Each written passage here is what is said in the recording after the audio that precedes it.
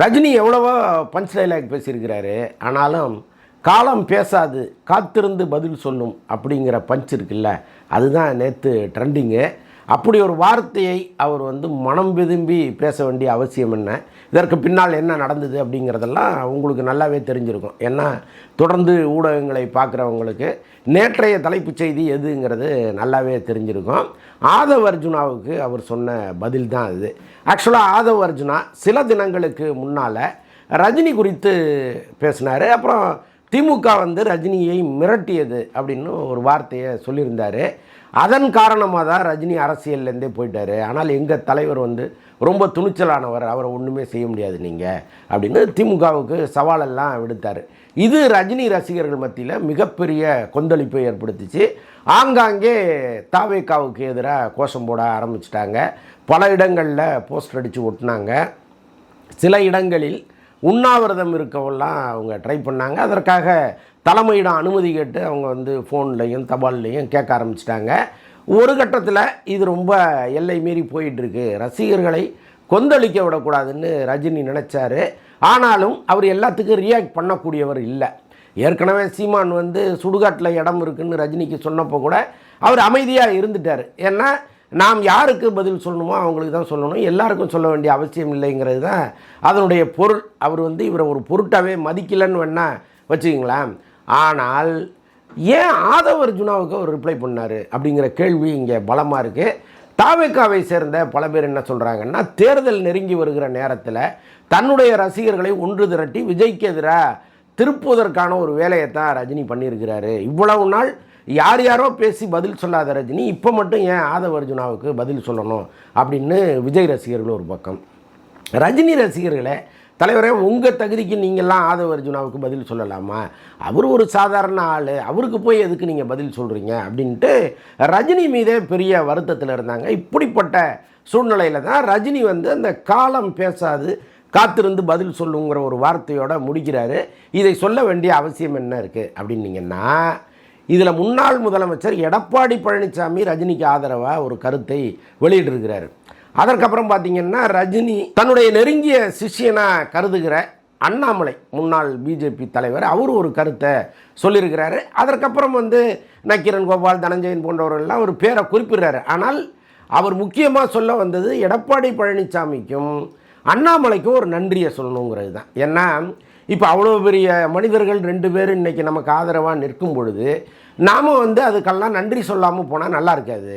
அப்போ அவங்களுக்கு ஃபோன் பண்ணி அந்த நன்றியை சொல்வதை விட, இப்போ எடப்பாடி பழனிசாமிக்கு ரஜினி ஃபோன் பண்ணுறாருன்னு வைங்களேன், அது செய்தியாக கசிஞ்சதுன்னா என்ன நடக்கும், ரஜினி எடப்பாடியோட ஏதோ ரகசியமாக பேசிகிட்டு இருக்காரு அப்படின்னு ஒரு பெரிய புரளியை கிளப்பி விடுவாங்க. ரைட்டு, அண்ணாமலைக்கு ஃபோன் பண்ணி நன்றி அப்படின்னு சொன்னார்னா என்ன நடக்கும்னா, இந்த விஜய் விவகாரத்தில் அவர் என்டிஏ கூட்டணிக்குள்ளே வர்றதுக்கான ஒரு முயற்சி ஒன்று நடந்துகிட்ருக்கு, அதை தடுப்பதற்கான வேலையை ரஜினி பண்ணுறாரோ அப்படின்னு ஆரம்பிச்சிடுவாங்க. அப்போ என்னத்துக்கு இந்த வம்பு, ஒரு அறிக்கையை எழுதி வெளியிட்டுருவோன்னு தான் அவங்களுக்கெல்லாம் நன்றி சொல்வதற்காக அந்த அறிக்கையை ரெடி பண்ணார். இல்லைன்னா அவர் ஆதவ் அர்ஜுனாவையும் கண்டுக்காமல் போகிறவர் தான். அதே நேரத்தில் தன்னுடைய ரசிகர்கள் ரொம்ப கொந்தளிப்பாக இருக்காங்க, அவர்களை ஆற்றுப்படுத்த வேண்டிய வேலை நமக்கு இருக்குது அப்படிங்கிறதுனால இந்த அறிக்கையை அவர் வெளியிட்டாருன்னு நான் உறுதியாக நம்புகிறேன். இந்த பிரச்சனையை இவர்கள் இழுத்திருக்கவே வேண்டாங்கிறது என்னுடைய கருத்து. நான் தொடர்ந்து அதுதான் சொல்லிகிட்டு இருக்கேன். தாவேகா ஒரு முக்கியமான தேர்தலை சந்திக்க போகுது, முதல் தேர்தலை சந்திக்க போகுது. இப்போ இந்த சந்திப்பு ரொம்ப ரொம்ப அரசியல் முக்கியத்துவம் வாய்ந்ததாக கருதப்படுது. ஒருவேளை இதில் அவங்க நினைத்த வாக்கு இங்கே அடையலை அப்படின்னா அந்த கட்சியை எதிர்காலத்தில் யாருமே மதிக்க மாட்டாங்க. மக்கள் ஒரு பக்கம் ஆதரவு தெரிவிக்கிறாங்க, போராட்டமெல்லாம் கூட்டம் கூட்டமாக வருது அப்படின்னா கூட நீங்கள் எவ்வளவு சதவீதம் வாக்குகள் வாங்குகிறீங்களோ அதை பொறுத்து தான் உங்களுக்கான மரியாதை. இங்கே ஆட்சியவே பிடிச்சிருவோன்னா அவங்க ஒரு பக்கம் சொன்னால் கூட அது இந்த தேர்தலில் நடக்காது என்பது விஜய்க்கும் தெரியும். அப்போ அவங்க எதை நோக்கி போகிறாங்கன்னா 2029, 2031 தேர்தல் கிடையாது, ஒரு 3 வருஷத்தில் மீண்டும் தேர்தல் வரும். என்னென்னா ஒரே நாடு ஒரே தேர்தலுங்கும் பொழுது பிரதமருக்கான தேர்தல் என்றைக்கு நடக்குதோ, பாராளுமன்ற தேர்தல், அன்னைக்கு தான் மீண்டும் தமிழகத்தில் தேர்தல் நடக்கும். அப்படி பார்த்திங்கன்னா 2029 மீண்டும் தேர்தல் வரப்போகுது. இந்த 3 வருஷங்கிறது மின்னலாக ஓடிடும். அதை நோக்கி தான் விஜய் போக போகிறார், அவருடைய திட்டமும் அதுதான். ஆனாலும் இந்த தேர்தலில் ஒரு பலமான வாக்கு வங்கியை அவர் காமிக்கணும்னு நினைக்கிறாரு. இந்த நேரத்தில் தான் ஆதவ் அர்ஜுனா இப்படி ஒரு தேவையில்லாத வேலையை பண்ணிட்டார். ரஜினி ரசிகர்கள்லாம் பயங்கரமாக கொந்தளிச்சு போய் நிற்கிறாங்க.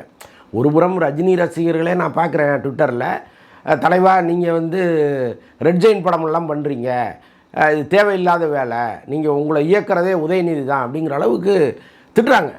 நீங்கள் எதுக்கு இந்த நேரத்தில் போய் இதை சொல்லணும், அவங்களுக்காக நீங்கள் ஒரு வேலையை செஞ்ச மாதிரி ஆகுதில்ல, நீங்கள் ரெட் ஜெயின் படங்களாக நடிச்சுக்கிட்டு இருக்கீங்க, சன் பிக்சர்ஸ் படங்களாக நடிக்கிறீங்க அப்படின்லாம் சொல்கிறாங்க. அது ஏற்புடையதல்ல.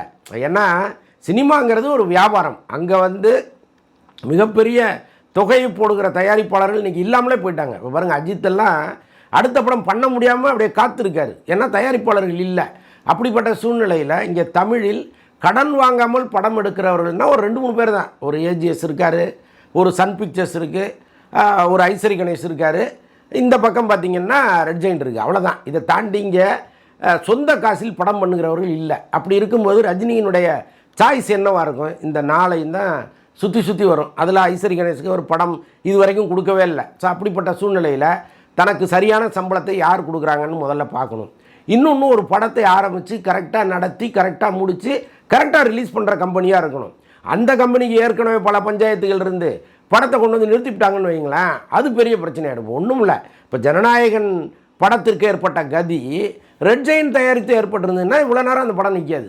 யாரை பிடிக்கணுமோ எங்கே தட்டணுமோ தட்டி அந்த படத்தை கொண்டு வந்துருப்பாங்க.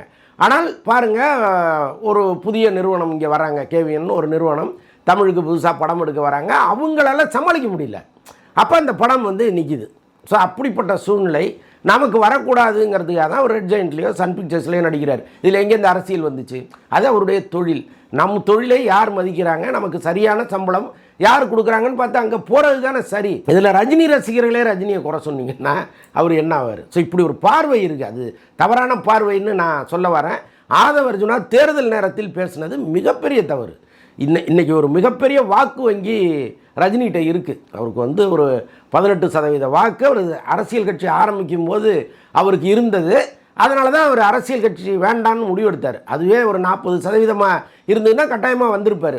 அவருக்கு வர்ற எண்ணமும் இல்லை. அவரை போட்டு நெருக்கடி கொடுத்து தான் கொண்டு வந்தாங்க. அவர் ஒரு சர்வே எடுத்து பார்த்தாரு, 18 தாண்டலை. சரி, என்னத்துக்கு நாம் போய் ஓட்டை கலைப்பானேன்னா அது வெளிப்படையாக சொல்லிட்டார்.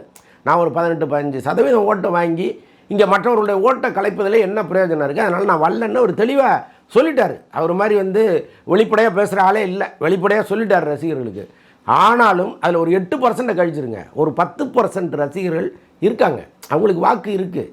அப்போ அந்த 10%ங்கிறது அரசியலில் மிகப்பெரிய பலம். அது ரஜினி ரசிகர்கள் எப்போவுமே விஜய்க்கு ஓட்டு போட மாட்டாங்க. இந்த காக்கா கழுகு பஞ்சாயத்து வந்த பிறகு போடவே மாட்டாங்க. அதில் ஒரு 6% தள்ளி விட்ருங்க, ஒரு 4% இருக்கும்ல. இப்போ ரஜினி கட்சியை சேர்ந்தவர்கள் பல பேர் அரசியலுக்கு வரணும்னு நினச்சாங்க. ரஜினி வரலைங்கும் போது விஜய்கிட்ட வந்துட்டாங்க. இப்போ அவங்களுக்கு ரஜினி மீது தீராத அன்பு இருக்கும், அதே நேரத்தில் விஜயை தலைவராகவும் பார்ப்பாங்க. ஸோ அப்படிப்பட்ட ஒரு 4% பேர் இங்கே இருக்காங்கன்னு வைங்களேன். இப்போ இதை தவிர ஒரு 6% வாக்குகள்ங்கிறது ரொம்ப முக்கியமானது இல்லையா? அதை நீங்கள் வந்து அப்படி போகிற போக்கில் தட்டி விட்டு போகிறதுங்கிறது சரி கிடையாது இல்லை. அப்போ தாவேக்காவில் இருக்கிற பல பேர் வந்து முணுமுணுக்க ஆரம்பிச்சிட்டாங்க. பத்திரிக்கையாளர்கள் ஒரு பக்கம், விஜய் ஏன் இதை கண்டிக்கலை அப்படிங்கிற கேள்விகளை எழுப்ப ஆரம்பிச்சிட்டாங்க. விஜய் எப்போவுமே உடனுக்குடன் ரியாக்ட் பண்ணுறவர் இல்லை. அதுவும் ஆதவ அர்ஜுனா வந்து பல முறை தாவேக்காவுக்கு இடையூறு ஏற்படுத்துகிற மாதிரியே பேசிகிட்டு இருக்கார்.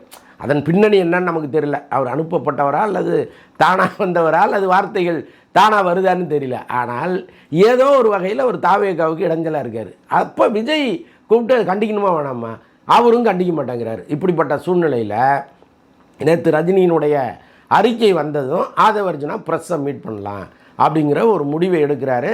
ஒரு 12 மணிக்கெல்லாம் ப்ரெஸ் மீட் வச்சிடலான்னு ஒரு ஐடியா அவங்க பேசும் பொழுது அங்கே அடுக்கடுக்கான கேள்விகள் கேட்கப்பட்டால் நம்ம என்ன பதில் சொல்கிறது? மேலும் இந்த பிரச்சனையை அது கிரியேட் பண்ணி விட்ருவோம்.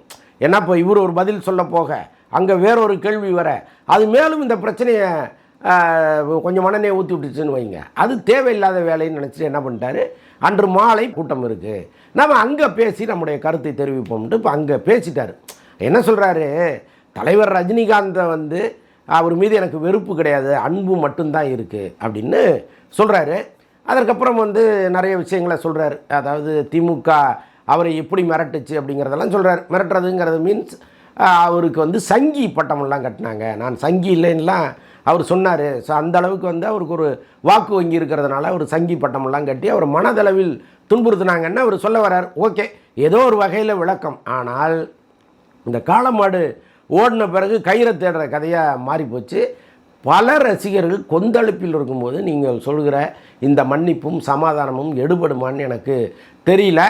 ஆனாலும் ஆதவ அர்ஜுனா போன்றவர்கள் தன்னுடைய வாஸ்து வாயை கரெக்டாக மூடி வைக்கிறது நல்லது. அது எப்படிங்க ஒரு வேட்பாளர், ஒரு முக்கியமான தலைவர் மூடி வைக்க முடியும் அப்படின்னா, சரியான நேரத்தில் சரியானதை பேசணும். அதை விட்டுட்டு கட்சிக்கு கண்டபடி பிரச்சனையை வர்ற மாதிரி பேசிகிட்டு இருந்தீங்கன்னா நீங்கள் மீன் ருசியாக தான் இருக்கும். ஆனால் முள் தொண்டையில் மாட்டுச்சுன்னா மீன் முள்ளாக இருக்காதீங்க, மீனாக இருங்க. அதுதான் கட்சிக்கு எப்போவுமே நல்லது.